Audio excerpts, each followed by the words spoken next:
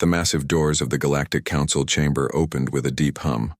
Ambassador Hyunwoo walked through them, his black suit sharp against the gleaming white floors. Behind him, his aide Sojin carried a tablet loaded with Earth's defense. Reports. Today would change everything for humanity, though not in the way they hoped. The chamber was enormous. Hundreds of alien representatives sat in curved rows that reached up to a crystal dome ceiling. The air smelled of ozone and something sweet that made Hyunwoo's nose twitch. He had been coming here for 3 years, but the sight still amazed him. The Zephyrians clicked their insect-like mouths as he passed. Their compound eyes reflected the chamber's lights like tiny mirrors. The Veldari representatives hummed softly, their crystal bodies catching the light and throwing rainbows across the walls.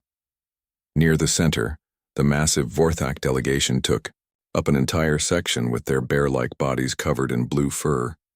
Hyunwoo took his seat in the small human section. Only 12 seats for the newest members of Galactic Society. Sojin sat beside him and whispered, "The vote count looks bad, sir. Maybe we should request a delay." "No," Hyunwoo said quietly. "Let's get this over with." Chancellor Krextal rose. From the central podium, the Vorthak leader was 3 meters tall with golden fur that marked his high rank. His voice boomed through the chamber's speakers, translated instantly into hundreds of languages. "Today we vote on Resolution 2847, Krextal announced. The complete ban of human military forces from all galactic conflicts. The chamber erupted. Thousands of alien voices filled the air with clicks, hums, roars, and sounds that had no human names. Most of them sounded happy. Very happy. Krextal raised a massive paw for silence. The resolution states that human military doctrine is incompatible with civilized warfare. Their tactics are too aggressive, too violent, too primitive. More cheering. A Zephyrian in the front row stood up, his thin arms waving. "Humans fight like animals," he shouted in accented standard. "They have no honor, no mercy." Sojin's hand tightened on her tablet. Hyunwoo placed a calm hand on her arm. A Veldari representative's crystal form glowed brighter as she spoke. "We have evolved beyond such brutality. Why should we allow these barbarians to corrupt our peaceful methods?" "Peaceful methods that work," added a Kalari from the upper rows. His snake-like body coiled around his seat. "We negotiate. We find solutions. We do not simply destroy everything like humans do." Hyunwoo stood up. The chamber fell quiet, waiting to hear what Earth's representative would say. "Honored Council," he began, his voice steady. "Humanity has served alongside your forces for 3 years. We have fought your enemies. We have saved your colonies. We have bled for worlds that are not even ours." "Yes," Krextal interrupted, "and you did it with methods that horrify civilized beings. Acceptable losses, you call it. Collateral damage, these are not concepts that belong in modern warfare. You use nuclear weapons," a Zephyrian called out. "You poison entire planets rather than fight cleanly. You sacrifice your own soldiers, like game pieces," added another voice. "You torture prisoners for information," came a third accusation. The accusations kept coming. Each one made the aliens angrier and more disgusted. Hyunwoo let them talk. He had heard it all before. When they finally quieted down, he spoke again. "We do what we must to win." "Exactly," Krextal roared. "You do not understand that some victories are not worth the cost. Some methods are too horrible to use, even against enemies." "We have learned to fight with honor," said the Veldari representative. "Our weapons are precise. Our tactics preserve life. We end conflicts with minimal casualties, on both sides." "Because your enemies also fight with honor," Hyunwoo replied. "What happens when you face an enemy that does not?" The chamber fell silent for a moment. Then Krextal laughed, a deep rumbling sound. "What enemy would be so foolish? Any species, advanced enough for space travel, has learned to be civilized. The age of savage warfare ended long ago. For you, perhaps," Hyunwoo said quietly. "Are you threatening us?" A Kalari representative hissed. No, Hyunwoo said. I am trying to warn you. But they were not listening anymore. The vote began immediately. Each species cast their decision on glowing panels. The results appeared on the chamber's main screen in real time. Zephyrians, in favor of the ban. Valdari, in favor of the ban. Vorthak, in favor of the ban. Kalari, in favor of the ban. One by one, every species voted to ban human military forces from galactic conflicts. The final tally was devastating. 847 in favor, 1 against. Only Earth voted against the resolution. The chamber exploded in celebration. Aliens danced, sang, and made sounds of pure joy. The Zephyrians clicked their approval, so loudly it hurt human ears. The Valdari's crystal bodies chimed like bells. Even the usually serious Vorthak were roaring with laughter. Order! Krextal called, though he was grinning widely. The resolution passes by overwhelming majority, effective immediately, human. Military forces are banned from participating in any galactic conflict, police action, or defense operation outside of Earth's solar system. More cheering. Sojin looked sick. Her face was pale and her hands shook slightly. Furthermore, Krextal continued, all human military advisors currently serving with alien forces must return to Earth within 30 days. All joint military exercises are cancelled. All shared military technology agreements are void. The cheering got even louder. Some aliens were actually dancing in the aisles. Krextal turned to look directly at Hyunwoo. Ambassador, do you have any final words? Hyunwoo stood slowly. The chamber fell quiet, waiting to hear humanity's defeated representative beg or make threats or break down in anger. Instead, he simply nodded. We understand, he said calmly. You no longer want our help. You no longer want our protection. You no longer want humanity involved in your wars. He paused and looked around the chamber. We will give you exactly what you have asked for. Something in his tone made a few aliens shift uncomfortably, but most were still too happy to notice. Hyunwoo and Sojin gathered their things and walked toward the exit. As they passed the alien representatives, the mockery began. Good riddance to bad rubbish, a Zephyrian clicked. Maybe now they will learn to be civilized, a Valdari chimed. The galaxy is safer without human barbarism, rumbled a Vorthak. Hyunwoo kept walking. His face showed nothing, but Sojin noticed his hands were clenched into tight fists. Outside the chamber, they walked through the crystal corridors of Nexus, Prime in silence. Other aliens they passed looked at them with mixtures of pity and disgust. Word had already spread about the vote. Finally, Sojin could not stay quiet anymore. Sir, what do we do now? Hyunwoo stopped walking and pulled out a small device. He typed a short message and sent it on a secure channel back to Earth. The message was simple. They want us out of their wars. Give them what they wish for, completely. Within minutes, a reply came back from Earth Military Command. Understood. All human forces will withdraw from galactic operations immediately. Good luck to them. Sojin stared at the device. Sir, what does that mean? Hyunwoo looked out through a crystal window at the ships in the station's docking bays. Ships from dozens of worlds all flying together in peace and friendship, also confident that their advanced civilized ways would keep them safe. It means, he said quietly, that they are about to learn why we were never invited to join their civilization in the first place. We were not kept out because we were too primitive to understand their ways.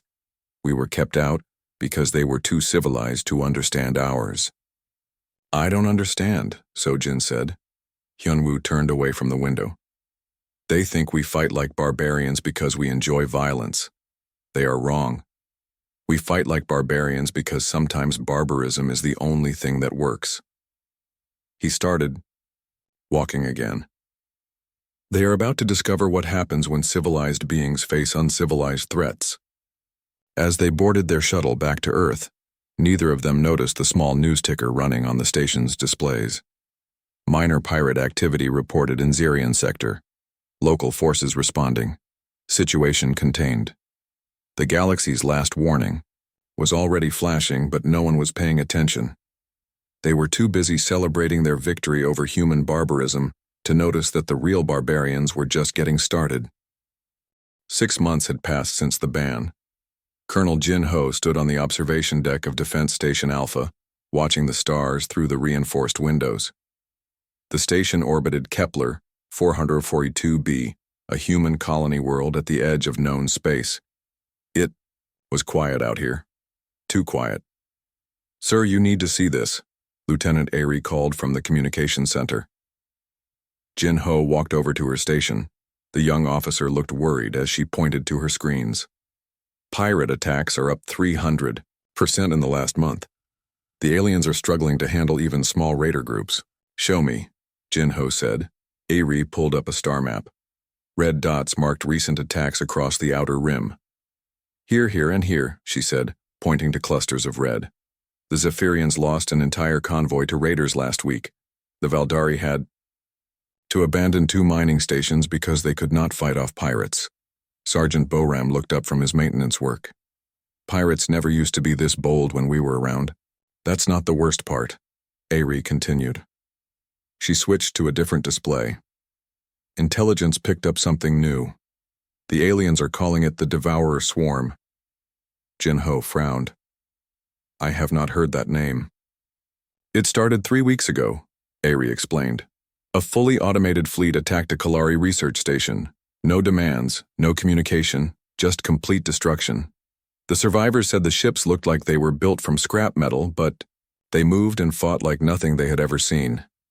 "Automated ships are not new," Boram said. "Lots of species use drones." "Not like these," Ari replied. She pulled up a damaged video file. "This is from the Kalari station's security cameras." The video was grainy and kept cutting out, but Jin Ho could see enough. Strange, angular ships swarmed around the station like angry insects. They moved in perfect coordination. But there was something wrong about their movements. Too quick, too precise. Almost like they were learning and adapting in real time. "The ships changed tactics 3 times during the fight," Ari said. "Every time the Kalari tried a new defensive strategy, the attackers immediately countered it." Jin Ho watched the video again. Something cold grew in his stomach. "How many stations have been hit?" 7 confirmed, Ari said. "But here's the strange part. The attacks are getting more sophisticated. The first one was clumsy, almost random. The latest one was perfectly executed, like something is learning from each battle." "And the aliens think this is just another pirate problem?" Jin Ho asked. "Worse," Ari said. She pulled up news feeds from the galactic networks. "They think it's a minor issue that will resolve itself." Jin Ho read the headlines with growing disbelief. "Zephyrian military confident in quick resolution. Valdari Fleet Admiral, situation under control. Kalari Defense Minister, no cause for alarm." On the main screen, a news broadcast was playing. A Zephyrian general with bright green compound eyes was being interviewed. General Vixtor, the reporter was saying, "How do you respond to concerns about these so-called Devourer attacks?" The general clicked his mouth dismissively. "These are clearly the work of desperate pirates using stolen technology. Our advanced tactical systems will have no trouble containing such primitive threats." "But the attacks seem to be escalating," the reporter pressed. "Because we are taking time to study them properly," Vixtor replied. "Unlike humans, we do not simply blast everything with overwhelming force. We use precision and intelligence. These raiders will be dealt with cleanly and efficiently, with minimal casualties on both sides." Jin Ho muted the broadcast. "Have they tried to contact us? Ask for advice?" "No, sir," Ari said. "The ban is still in effect. They have made it clear they do not want human input on military matters." Boram laughed bitterly. "Let me guess. Our primitive methods would not work on these sophisticated enemies." Jin Ho turned back to the star map. The red dots seemed to pulse with warning. He had seen patterns like this before, during the border wars 20 years ago.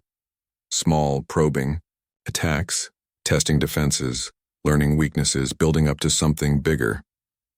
"Ari, I want you to run a full analysis on these attacks. Look for patterns, progression, anything that might tell us what we are really dealing with." "Yes, sir." "And Boram, start checking our own defenses. If this thing is as adaptive as it seems, we need to be ready." "Sir," Ari said hesitantly, "should we try to warn them? The aliens, I mean. If this is really as dangerous as it looks." Jinho considered it. Earth's orders had been clear. Complete withdrawal from galactic military affairs. No interference, no advice, no help unless specifically requested. But people were dying. "Put me through to Ambassador Hyunwoo," he decided. The connection took several minutes to establish. When Hyunwoo's face appeared on the screen, he looked tired. "Very tired." "Colonel Jinho," Hyunwoo said. "What can I do for you?" "Sir, we are seeing some disturbing intelligence about attacks in the outer systems. I think the aliens may be facing something they are not prepared for." Hyunwoo's expression did not change. "The ban specifically forbids us from interfering in galactic military matters." "I understand, sir. But if this is what I think it is..." "What do you think it is?" Jinho chose his words carefully. "A probe, something testing their defenses, learning their capabilities, preparing for a larger assault." Hyunwoo was quiet for a long moment. "I will pass your concerns through proper channels." The connection ended. Jinho stared at the blank screen, knowing what that meant. The proper channels would ignore anything coming from humans. They had made that very clear. 3 days later, Ari finished her analysis. Jinho read her report twice, hoping he had misunderstood something. He had not. "The progression is textbook," Ari explained, pointing to charts and graphs on her display. "Stage 1, random probing attacks to test basic responses. Stage 2, targeted strikes against specific defense types. Stage 3, coordinated assaults to measure tactical adaptation speed." "And Stage 4? Jinho asked, though he already knew. "Full-scale assault using everything learned in the previous stages." Boram looked up from cleaning his rifle. "How long until Stage 4? "Based on the current progression rate," Ari said. "Maybe 6 weeks." Jinho walked back to the observation window. In the distance, he could see commercial ships moving along the trade routes, alien vessels carrying goods and passengers between worlds, all protected by the civilized military forces of the Galactic Council. "Sir," Ari said quietly, "I tried to send a warning through the emergency channels. It was rejected automatically. The message said human military intelligence is no longer considered reliable." "Of course it was," Jinho muttered. "There is something else," Ari continued. "I have been monitoring alien military communications. They are treating this like a police action, small patrol groups, defensive formations designed for dealing with rational enemies who follow rules of engagement. And the Devourer swarm, based on the attack patterns, it does not follow any rules at all. It does whatever works best to destroy the target completely." Jinho closed his eyes. He had spent 30 years in the military, fighting everything from pirates to alien invasions. He knew the difference between an enemy that could be negotiated with and one that simply needed to be destroyed. The aliens, with their advanced civilized warfare, had never learned to make that distinction. "Sir," Boram said, "what do we do?" Jinho opened his eyes and looked at his small crew, 3 humans on a remote station, watching disaster approach while the targets of that disaster celebrated their freedom from human barbarism. "We follow orders," he said finally. "We stay out of their wars, and we prepare for the consequences." "What consequences?" Ari asked. Jinho turned back to the window. "When civilized warfare meets uncivilized enemies, civilization loses. And when civilization loses, the survivors usually come looking for someone uncivilized enough to save them." Outside, the stars twinkled peacefully. But Jinho knew that somewhere, in that peaceful darkness, something was learning, adapting, and preparing to show the galaxy what happened when advanced beings forgot why their ancestors had learned to fight like savages. The quiet time was almost over. Commander Tae-hyun was drinking coffee in his captain's chair when the distress signal came through. The merchant vessel, Soul's Pride, was hauling medical supplies to the outer colonies, a routine run that should have been boring and safe. Instead, his communication officer, Navigator Yunseo, was staring at her screen with wide eyes. "Sir, I am picking up multiple emergency broadcasts from the Zerion system," she said. "Valdari civilian ships requesting immediate evacuation assistance." Tae-hyun set down his coffee cup. "Valdari, what are they doing out there? Zerion is supposed to be empty space." "Not anymore," Yunseo replied, adjusting her headset. "The signals are fragmenting, but I am hearing something about a territorial dispute with an unknown aggressor." Engineer Dongmin looked up from his console. "Unknown aggressor? I thought the Valdari had mapped every species in that sector." "So did I," Tae-hyun muttered. He stood up and walked to the navigation console. "How far are we from Zerion?" 6 hours at maximum burn, Yunseo said. "But sir, we are not supposed to get involved in alien conflicts. The ban—" "I know about the ban," Tae-hyun said. "But these are civilian evacuation requests, not military assistance. The council might not see it that way," Dongmin warned. Tae-hyun thought about it for a moment. The Soul's Pride was not a military vessel, just a converted cargo hauler with basic shields and a crew of 12.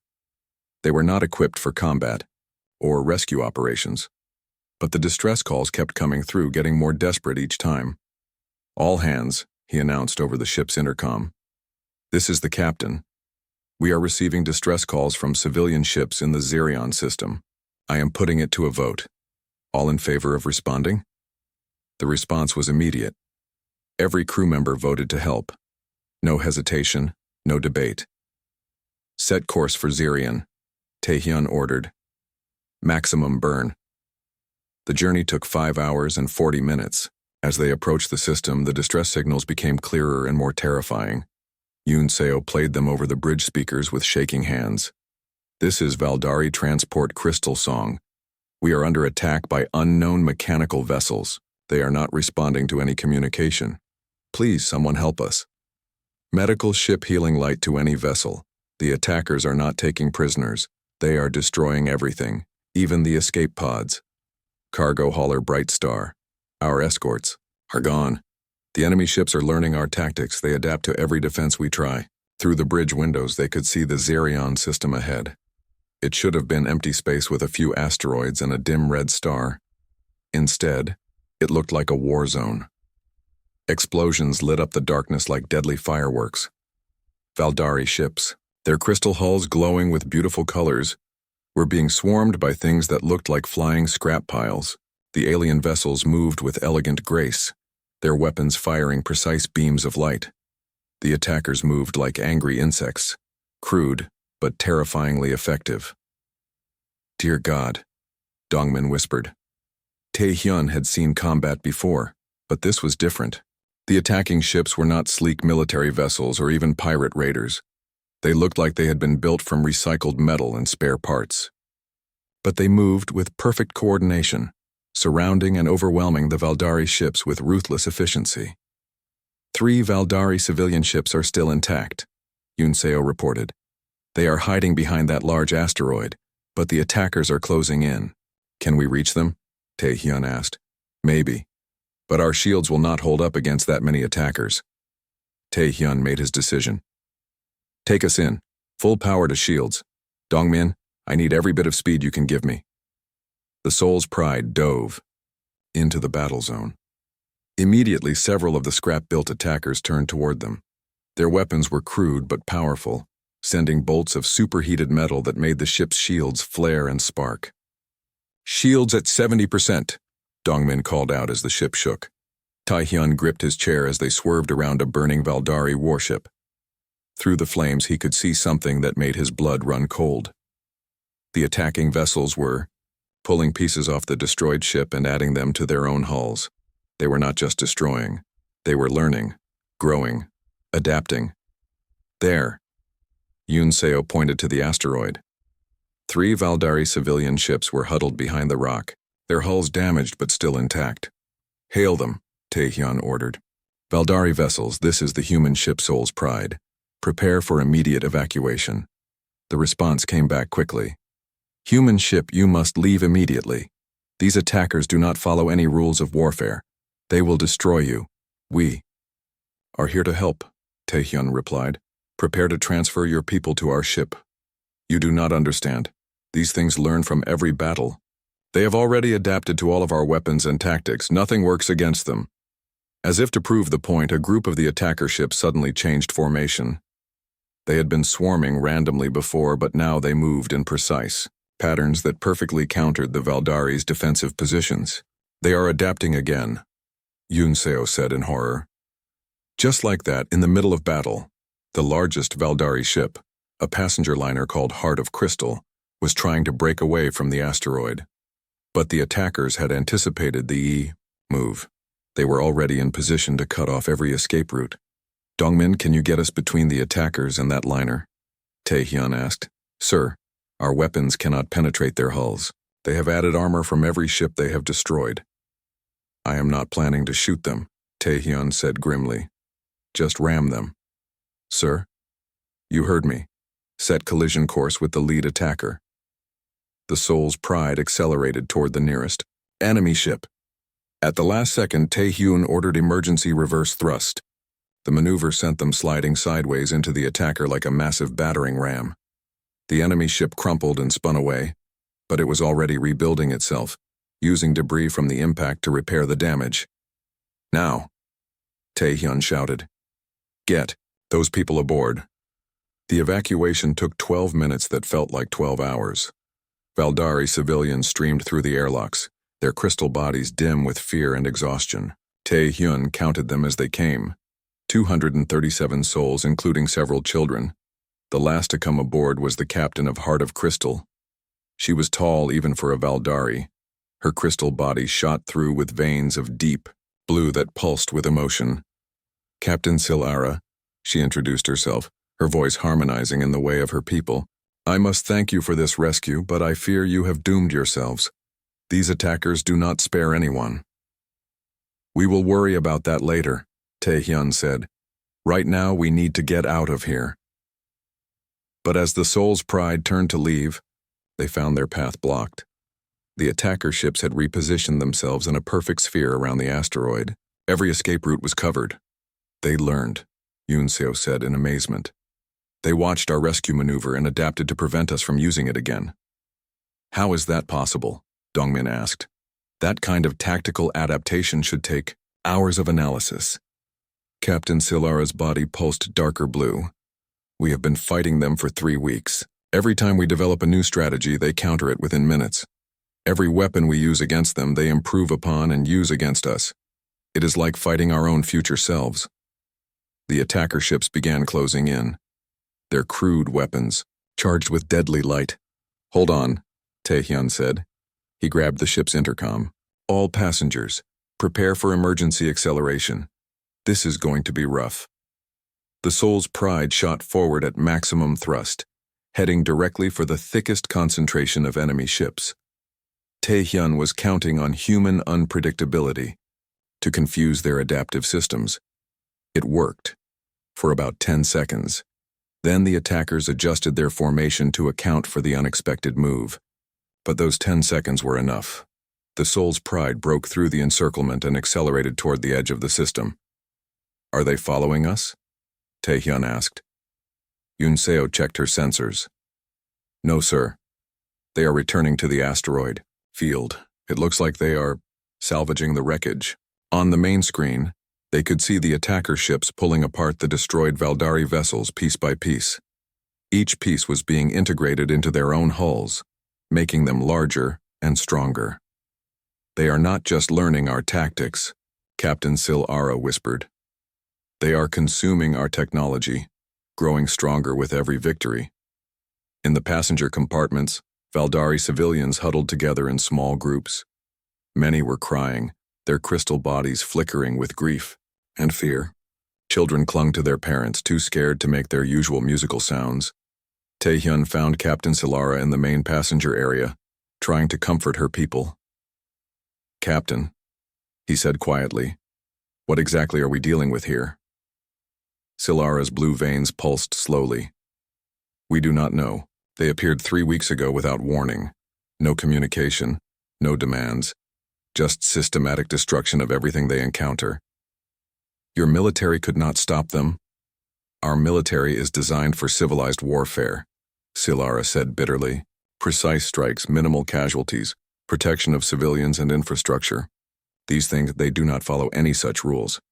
They simply destroy everything as efficiently as possible. And they adapt to your tactics? Faster than should be possible. Our war computers estimate they are improving their combat effectiveness by approximately 30% after each engagement. Tae-hyun felt a cold certainty settle in his stomach. Captain, has anyone the footage from Zarian reached Luna Base at 0347 hours, transmitted through emergency channels by Commander Tae-hyun?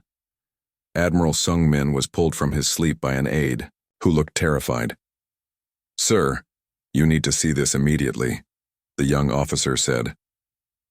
Sung-min threw on his uniform and hurried to the secure briefing room deep beneath the lunar surface. Intelligence Chief Eunju was already there, along with strategic analyst Chan-woo. Both looked like they had been awake for hours. Show me, Sung-min said, settling into his chair. The main screen lit up with Tae-hyun's footage. Sung-min watched, in silence as the Soul's Pride approached the Zarion system. He saw the elegant Valdari ships being swarmed by crude mechanical attackers. He saw the perfect coordination of enemies that looked like flying junk piles. He saw the attackers adapt their tactics in real time, learning from every move the Valdari made. When the footage ended, the room was silent for a long moment. How many times have you watched this? Sung-min asked. 17, Eunju said quietly. The analysis gets worse each time. Show me the analysis. Chan-woo activated his console. Charts and graphs filled the wall screens. Computer analysis confirms what we suspected. The attackers demonstrate learning capability that exceeds anything in our databases. Tactical adaptation occurs within minutes of observing new strategies. More importantly, Eunju added, they show zero interest in communication, negotiation, or prisoner-taking. Their goal appears to be complete destruction, followed by resource absorption. Sung-min studied the data with growing dread. He had seen similar patterns before, though never quite like this. Classification? Class 12. Existential threat, Chan-woo said without hesitation. The room fell silent again. Class 12 was the highest threat rating in human military doctrine. It was reserved for enemies that posed a direct threat to the survival of entire civilizations. How long do we have? Sung-min asked. Based on current expansion patterns, Chan-woo said, 18 months before they reach core galactic systems. Less if they continue to grow stronger with each victory. And the alien response? Eunju pulled up news feeds from across the galaxy. They are treating it as a minor pirate problem. Look at these headlines. Valdari fleet, confident of quick resolution. Zephyrian military situation contained. Kalari command, no cause for concern. They have no idea what they are facing, Sung-min said. Worse than that, Chan-woo said. Their military doctrines are specifically designed for the opposite type of enemy. They expect rational opponents who follow rules of engagement. They plan for minimal casualties and infrastructure preservation. They have never prepared for total warfare. Sung-min walked to the tactical display showing the galaxy. Red zones marked confirmed devourer attacks.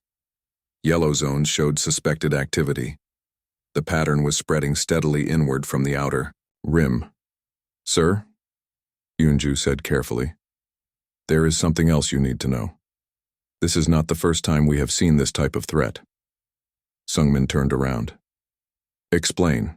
Chan-woo pulled up historical files marked with the highest security classifications. 3 times in human history, we have faced similar enemies. The Harvest War of 2157, the Grey Fleet Incident in 2203, the Devour Protocol Crisis in 2241. I remember the Grey Fleet, Sung-min said grimly. 12 billion casualties. Yes, sir. And in each case, victory required tactics that... Chan-woo struggled for the right words. Tactics that civilized species would consider war crimes. The screens showed footage from those ancient conflicts, Human fleets using weapons that poisoned entire star systems.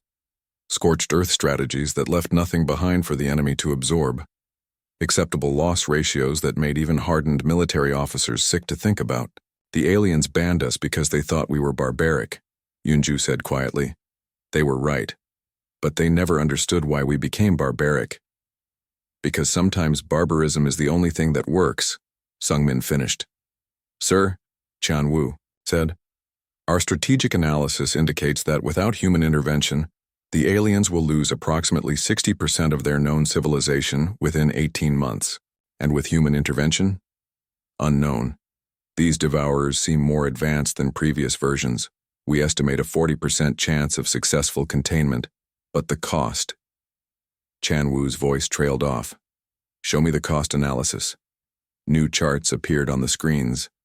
The numbers were staggering. Estimated military casualties in the millions. Civilian losses in the billions. Entire star systems that would have to be sacrificed to stop the spread. Resources that would take centuries to replace. This assumes. We use Ghost Fleet protocols, Chanwu explained. Total warfare with no restrictions on methods or acceptable losses. Sungmin stared at the projections. Ghost Fleet was humanity's most secret military doctrine. It had never been used at full scale, only in simulations and small test scenarios.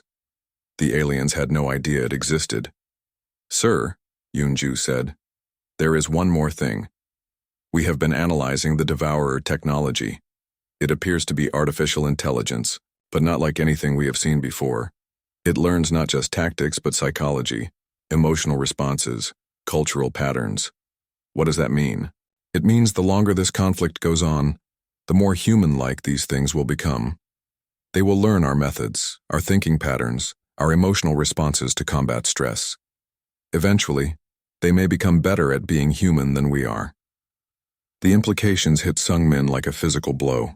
An enemy that could learn and adapt faster than any organic mind, combined with human ruthlessness and strategic thinking.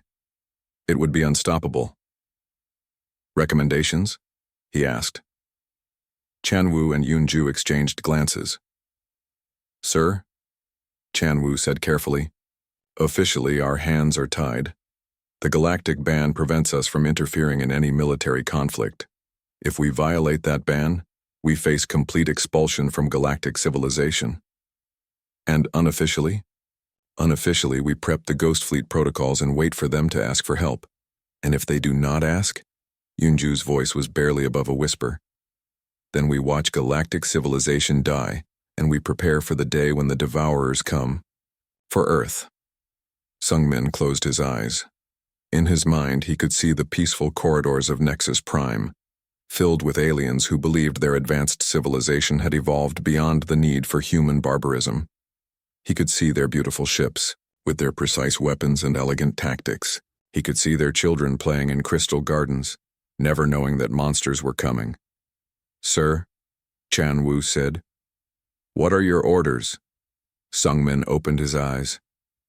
Begin Ghost Fleet preparations immediately. Full stealth protocols. I want our forces ready for deployment within 72 hours. Sir, that violates direct orders from Earth Command, Yunju warned. Earth Command's orders were based on the assumption that this would remain a local conflict, Sungmin replied. Class 12 threats supersede all political considerations. And if the aliens never ask for help? Sungmin walked back to the galactic display. The red zones had grown larger just in the time they had been talking. Then we will have to decide whether to let civilization die to preserve our honor, or violate our principles to save people who despise us. Sir, Chanwu said quietly, there is something else you should consider. If we intervene without permission, and if we have to use Ghost Fleet protocols, the aliens will see what humans are truly capable of when we stop holding back. And they will never trust us again. Even if we save them, they will always know that we are capable of the things we will have to do to win this war. Sungmin nodded slowly. So our choice is to let them die as they are, or save them and become the monsters they always thought we were. Yes, sir. Sungmin stared at the spreading red zones for a long time. Somewhere out there, elegant alien ships were fighting a clean, Civilized war against an enemy that did not understand civilization. Somewhere out there, billions of beings were about to die because they had never learned that sometimes the only way to fight monsters was to become one yourself. "Prep the Ghost Fleet," he said finally. "If they want to see monsters, we will show them what monsters look like when they are on your side." In the depths of Luna Base, ancient protocols began activating. Ships that officially did not exist started powering their engines. Weapons that were banned by every civilized treaty began coming online. And deep in the most classified databases, strategies that could save or damn the galaxy began transferring to combat computers. The monsters were waking up. The only question was whether they would wake up in time. 3 months after the first Devourer attack, the Galactic Council chamber looked very different. Gone was the confident chatter and celebration. Gone were the jokes about human barbarism. The elegant alien representatives sat in stunned silence as casualty reports flooded in. Chancellor Krextal stood at the central podium, but his golden fur had lost its shine. His massive frame seemed smaller somehow, bent under the weight of failure. Around him, the curved rows of seats told the story of the galaxy's collapse. The Zephyrian section was half empty. Their compound eyes, once bright with arrogance, now reflected only defeat. General Vixtor sat in the front row, his mandibles clicking nervously as he read reports on a tablet that shook in his thin hands. The Valdari representatives glowed dimly, their crystal bodies pale with grief. 2 entire colony worlds had gone silent in the past week. Their beautiful harmonies had been replaced by discordant wails of mourning. The Kalari delegation coiled tightly in their seats, their snake-like bodies betraying the fear they tried to hide. 3 of their research stations had been consumed completely, leaving nothing but empty space where thousands of scientists had once worked. In the small human section, Ambassador Hyunwoo sat quietly. He had said nothing during the entire emergency session. His aide Sojin sat beside him, taking notes that no one would ever read. "The situation continues to deteriorate," Krextal announced, his voice lacking its usual boom. 47 confirmed Devourer attacks in the past month. 17 worlds evacuated. Total military losses. His voice broke slightly. Total military losses exceed 60% of our combined fleets. A Zephyrian representative stood up, his movements jerky with panic. "What about the reinforcements from the inner systems, the new tactical analysis?" "The reinforcements have been delayed," Krextal replied. "And the tactical analysis? The analysis shows that every strategy we have attempted has been countered within hours of implementation." General Vixtor clicked his mandibles in frustration. "This should not be possible. Our computers ran millions of simulations. Our strategies are mathematically perfect. Perfect for fighting rational enemies," a Valdari representative chimed sadly. "These devourers do not behave rationally. They ignore all standard military doctrine. Because standard military doctrine assumes your enemy wants to survive," Hyunwoo said quietly. The chamber fell silent. It was the first time the human ambassador had spoken during the session. "What did you say?" Krextal asked. Hyunwoo stood, slowly. "I said your doctrine assumes your enemy wants to survive. Everything about civilized warfare is based on the idea that both sides want to end the conflict with minimal losses. But what happens when one side does not care about losses at all? That is impossible," General Vixtor protested. "Any intelligent species values self-preservation." "Any organic species," Hyunwoo corrected. "But these devourers are not organic. They are machines, and machines do not fear death because they are not alive." The aliens shifted uncomfortably, in their seats. They had been avoiding this reality for months. A Kalari representative raised his serpentine head. "Even if that is true, we have faced artificial enemies before. Automated defense systems, drone fleets. We have protocols for such things." "Protocols based on what?" Hyunwoo asked. "Based on logical behavior patterns. And what happens when the enemy's logic is completely alien to yours?" The chamber fell silent again. On the main screens, new casualty reports continued to scroll past. The numbers kept getting worse. Suddenly, General Vixtor's tablet chimed. He looked at it and his compound eyes went wide. I am receiving a data transmission. Origin unknown. Put it on the main screen, Krextal ordered. The casualty reports disappeared, replaced by a detailed tactical analysis. Charts and graphs showed devourer attack patterns, behavioral algorithms, and most importantly, weaknesses. The aliens stared at the data in amazement. It was more detailed than anything their own military computers had produced. More accurate, more useful. Where did this come from? A Valdari representative asked. Vixtor checked his tablet again. The transmission source is, it says, Earth, military intelligence. Every alien eye turned to Hyunwoo. The human ambassador's expression had not changed. You have been analyzing them, Krextal said. It was not a question. We analyze all threats, Hyunwoo replied calmly. Even though you are banned from military affairs? The ban prevents us from participating in your conflicts. It does not prevent us from protecting ourselves. General Vixtor was scrolling through the tactical data. This analysis, it shows strategies for defeating the devourers. But these methods... He stopped reading, his mandibles clicking in horror. What methods? Krextal demanded. Vixtor's voice was barely above a whisper. Scorched earth tactics, acceptable loss ratios of 30%, weapons that would poison entire star systems to deny them to the enemy. Barbaric, a Valdari representative chimed. Effective, Hyunwoo said simply. We cannot use such methods, Krextal roared. We are civilized beings. We do not wage war, like animals. Then you will lose like civilized beings, Hyunwoo replied. The chamber erupted in angry voices. Aliens shouted about honor and civilization and the proper way to conduct warfare. But underneath the anger, there was something else. Fear. Growing, desperate fear. A Kalari representative raised his head above the chaos. How many more worlds do we have to lose before we admit that civilization is not working? Civilization is working exactly as designed, Hyunwoo said once the chamber quieted down. It works perfectly against civilized enemies. But the Devourers are not civilized. They are a force of nature. You cannot negotiate with a hurricane or show mercy. To a plague. So what do you suggest? Krextal asked bitterly.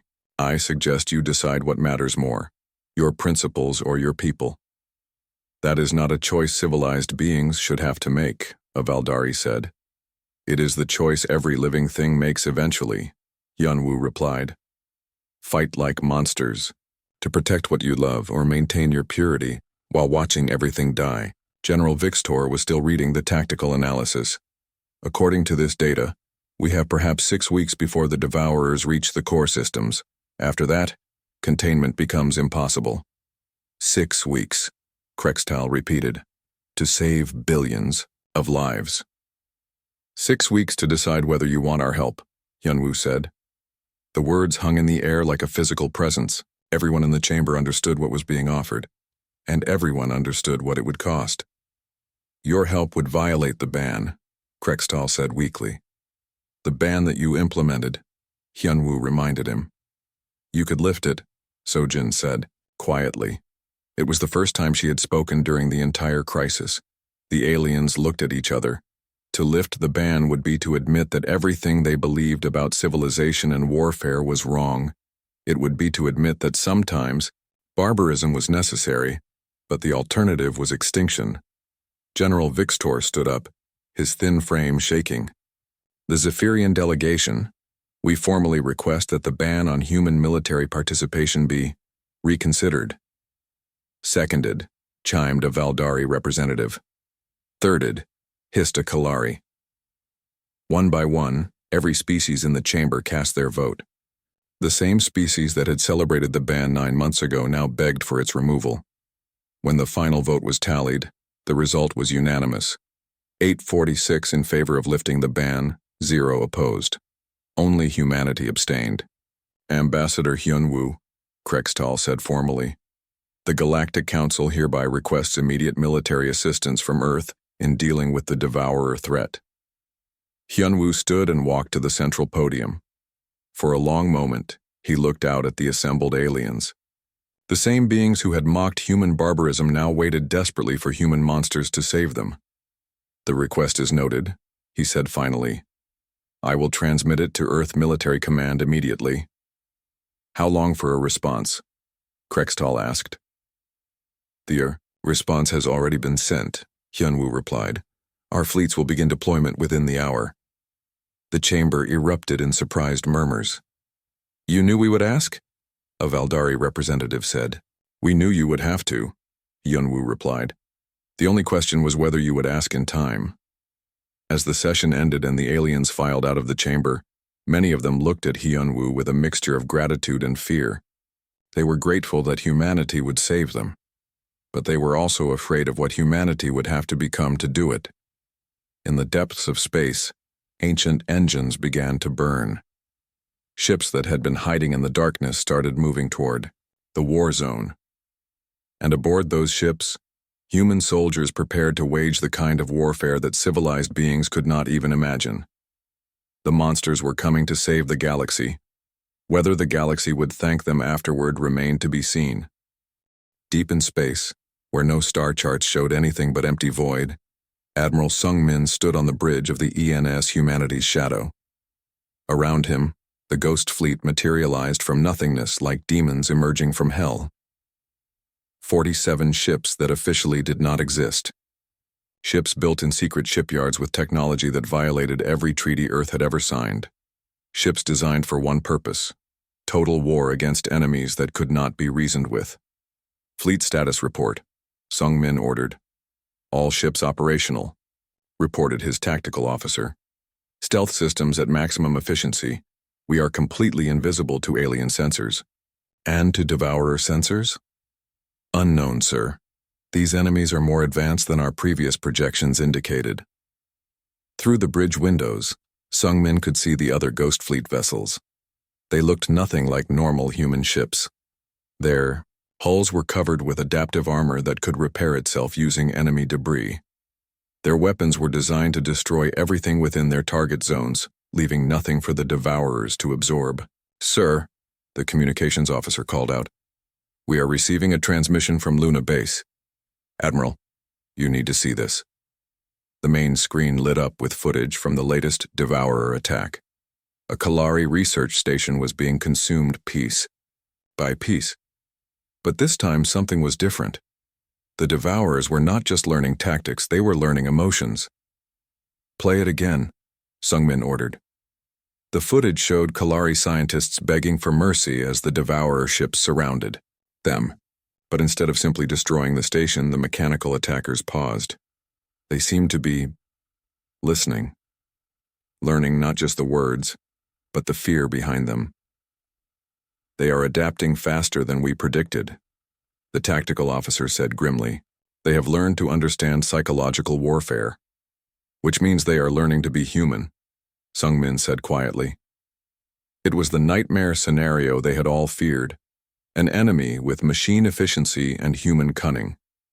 An enemy that could think like them, fight like them, but without any of the moral constraints that limited human warfare. "Sir, we are approaching the primary engagement zone," the navigation officer reported. Sungmin looked at the tactical display. The Devourer fleet had grown to over 300 ships, each one built from the wreckage of its victims. They moved, in perfect formation toward the Valdari homeworld, where 12 billion civilians waited in terror. Between the Devourers and their target, a pathetic collection of alien ships tried to mount a defense. 50 Valdari vessels, 30 Zephyrian fighters, and a handful of Kalari destroyers. They were arranged in beautiful, precise formations that would have been perfect for fighting civilized enemies. "Those ships will be destroyed in less than an hour," the tactical officer observed. "Yes," Sungmin agreed, "unless we intervene." "Sir, do we have authorization for full Ghost Fleet protocols?" Sungmin thought about the question. Full Ghost Fleet protocols meant total warfare with no restrictions on methods or acceptable losses. It meant using weapons that would terrify their own allies. It meant accepting casualty rates that would make even hardened soldiers sick. Sir? The tactical officer prompted. Sungmin opened a channel to the entire fleet. All ships, this is Admiral Sungmin. Today we face an enemy that learns from every battle, that adapts to every strategy, that shows no mercy and follows no rules. To defeat such an enemy, we must become something that civilized beings cannot imagine. He paused, looking out at his fleet of ghost ships. Today, we stop being the humans that our alien friends know. Today we become the monsters that our enemies fear. Full Ghost Fleet protocols are now in effect. Show them no mercy because they will show none to you. Fight not just to win, but to ensure that nothing like them can ever threaten the galaxy again. The response came back from every ship. Understood, sir. Ghost Fleet protocols active. The human fleet dropped out of stealth mode and accelerated toward the battle zone. The alien defenders saw them coming and broadcast surprised messages. Unknown. Human vessels, this is Valdari Fleet Command. You are entering an active combat zone. Please maintain safe distance. Sungmin opened a response channel. Valdari Command. This is Admiral Sungmin of Earth Fleet. We are here to help. Recommend you pull back to minimum safe distance. Admiral, we cannot abandon our positions. If we retreat, the Devourers will reach our homeworld. They will not reach your homeworld, Sungmin replied. But you do not want to see how we ensure that. The Valdari commander's crystal voice wavered with confusion. We do not understand. Pull back, Sungmin said firmly. What happens next is not something civilized beings should witness. Reluctantly, the alien fleet withdrew to a safer distance. On their screens, they watched the human ships approach the massive Devourer formation. The first contact was unlike anything the aliens had ever seen. The human ships did not fire precise shots at specific targets. Instead, they unleashed weapons that filled entire sections of space with destruction. Quantum torpedoes that unraveled matter at the atomic level, plasma charges that burned hot, enough to melt asteroids, kinetic hammers that shattered ships into their component atoms. But the Devourers adapted quickly. Their formation shifted to minimize losses. Their ships began regenerating using debris from the destroyed vessels. Within minutes, they had developed countermeasures for every human weapon. They are learning, the tactical officer reported. Adaptation rate is increasing exponentially. As expected, Sungmin said calmly. Phase 2. The human fleet suddenly changed tactics completely. Instead of trying to destroy the Devourer ships, they began hurting them. Using coordinated fire patterns and strategic positioning, they forced the entire enemy formation into a tighter and tighter space. The Devourers, focused on adapting to human weapons, did not realize what was happening until it was too late. Phase 3, Sungmin ordered. Colonel Jin Ho's voice came over the comm from his assault ship. Boarding teams ready, sir. We have identified the primary control nodes. Execute. What happened next would haunt the alien observers for the rest of their lives. Human boarding parties launched themselves directly at the Devourer ships, not in protective shuttles, but in individual assault pods that crashed through enemy hulls like bullets. The humans fought their way through the mechanical ships using weapons that the aliens had never seen before, weapons designed to destroy both organic and artificial life, weapons that violated every treaty governing civilized warfare. But the most terrifying part was not the weapons. It was the humans themselves. Lieutenant Irie led a team through the corridors of a Devourer command ship, her face covered by a combat mask that made her look more machine than human. When her team encountered resistance, she did not hesitate to sacrifice 2 of her own soldiers to achieve the objective. Sergeant Boram coordinated the destruction of an entire Devourer processing center, accepting casualties that would have broken any alien commander. When asked about the losses, he simply said, acceptable. Commander Tae-hyun piloted his assault ship directly into the core of the Devourer formation, using his own vessel as a weapon. His last transmission was a calm report of successful target elimination. The aliens watching from a distance saw human soldiers fighting with the same ruthless efficiency as the Devourers themselves. But there was something the machines could not match, the willingness to sacrifice everything for victory.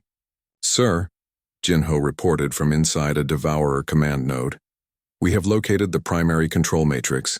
It is more complex than anticipated. The Devourers have evolved beyond our initial analysis. Explain. They are not just learning our tactics, sir. They are learning our history, our psychology, our cultural patterns. Given enough time, they will become better humans than we are. Sungmin felt a chill run down his spine. Options? We can destroy the control matrix, but it will require Protocol Omega. Protocol Omega. The final solution that humanity had hoped never to use. A weapon so devastating that it would eliminate not just the current threat, but ensure that no similar threat could ever emerge again. The cost would be enormous. Entire star systems would be rendered uninhabitable. Billions of lives would be forever changed, and humanity would cross a line that could never be uncrossed. Sir? Jinho prompted. Sungmin looked at the tactical display. The Devourers were adapting even to the boarding assault. Soon they would overcome the human advantage, and when they did, they would be unstoppable. Execute Protocol Omega, he ordered. Sir, that will require... I know what it will require. Sungmin cut him off. Do it. What happened next was classified so highly that most humans would never know it occurred. A weapon that existed in violation of every law of civilized warfare was deployed against an enemy that recognized no laws at all. The result was total annihilation. Not just of the Devourer fleet, but of everything within 100 light years. Stars went dark. Space itself became poisoned. Entire sectors of the galaxy were rendered permanently uninhabitable. But the threat was ended. Forever. When the alien observers finally dared to approach the battle zone, they found Admiral Sungmin's fleet waiting at the edge of the devastation. The human ships looked different somehow. Darker, more dangerous. Admiral, came the voice of the Valdari fleet commander. What have you done? Sungmin's response was broadcast to every alien ship in the area.